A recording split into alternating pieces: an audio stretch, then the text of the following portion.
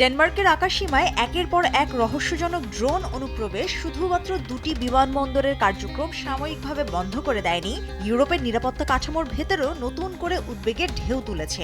পশ্চিম Jutland অঞ্চলে সামরিক এবং বেসামরিক গুরুত্বপূর্ণ স্থাপনার ওপর ড্রোন উঠতে দেখা যাওয়ার ঘটনায় কোপেনহেগেন এখন ভাবছে নেটোর প্রতিষ্ঠাতা চুক্তির আর্টিকেল 4 সক্রিয় করা হবে কি না। ড্যানিশ প্রতিরক্ষা মন্ত্রী ট্রলস লন্ড পলসন এই ঘটনাকে আখ্যা দিয়েছেন হাইব্রিড আক্রমণ হিসেবে। প্রশ্ন উঠেছে, এই আক্রমণের নেপথ্যে কারা? সরকারিভাবে এখনও কাউকে দায়ী করা না হলেও প্রেক্ষাপট বলছে ইউরোপের সাম্প্রতিক সময়ের একাধিক ড্রোন ঘটনা কেবল বিচ্ছিন্ন কোনো দুর্ঘটনা নয়।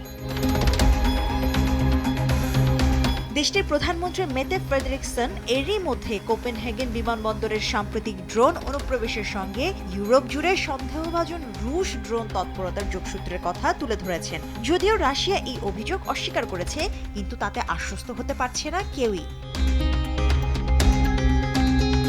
শুধু বিমানবন্দর নয়, সামরিক ঘাঁটি এবং যেখানে ডেনমার্কের F-16 ও F-35 যুদ্ধবিমান রাখা হয়েছে সেই স্থাপনাগুলোর ওপর দিয়েও ড্রোন উড়ে গেছে।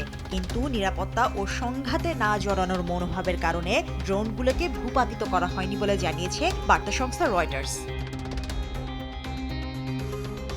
নেটো চুক্তি আর্টিকেল 4 অনুযায়ী কোনো সদস্য রাষ্ট্র যদি মনে করে তার ভূখণ্ড, রাজনৈতিক স্বাধীনতা বা নিরাপত্তা হুমকির মুখে পড়েছে, তাহলে সদস্য দেশগুলো পরামর্শে বসে। এই বিষয়ে নেটোর সর্বোচ্চ রাজনৈতিক সংস্থা নর্থ আটলান্টিক কাউন্সিলে আলোচনা হয়ে যৌথ সিদ্ধান্ত বা পদক্ষেপ নেওয়া হতে পারে। ডেনমার্ক সরকার আর্টিকেল 4 আহ্বান করবে কি না তা নিয়ে নেটোর সঙ্গে আলোচনা চলছে।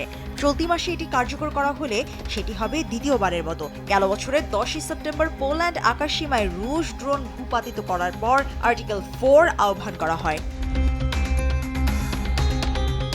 আবার আর্টিকেল 5 এর অর্থ হলো এক সদস্যের ওপর হামলা মানেই সবার ওপর হামলা। যদিও এই অনুচ্ছেদ আহ্বান করার মতো পরিস্থিতি এখনো আসেনি বলে মত বিশেষজ্ঞদের। এই মুহূর্তে ইউরোপ বেশ সংকটময় মুহূর্ত পার করছে।